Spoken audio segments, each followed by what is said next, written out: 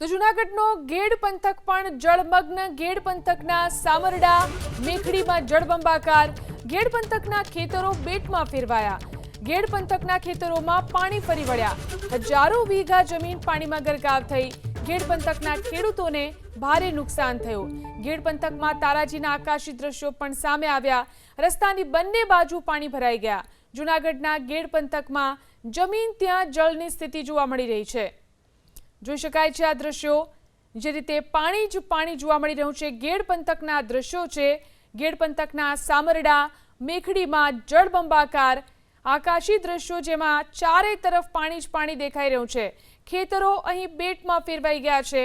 ખેતરોમાં પાણી ફરી વળ્યા છે। હજારો વીઘા જમીન પાણીમાં ગરકાવ થયેલી જોવા મળી રહી છે। ગેડ પંથકના ખેડૂતોને પણ ભારે નુકસાન થયું છે। તારાજીના આ આકાશી દ્રશ્યો છે। રસ્તાની બંને બાજુ પાણી ભરાઈ ગયું છે।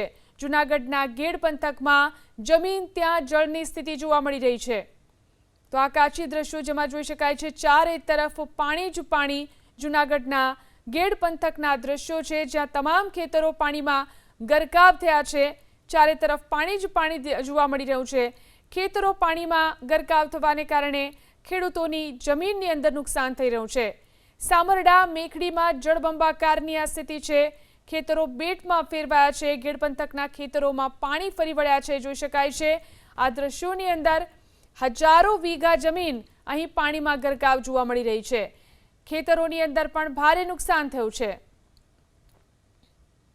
મારે પાણી સાહેબ ગેડ વિસ્તારમાં વધુ પડતો જો જૂનાગઢમાં વરસાદ વધારે હોય ને તો જૂનાગઢ વિસાવદર આ બધું પાણી બહુ લાગુ પડે સાહેબ। એ ગેડમાં જ આવે તમામ પાણી જે ઉપર વરસાદ હોય તો એનું પાણી અમારે ગેડમાં સંગ્રહ થાય છે।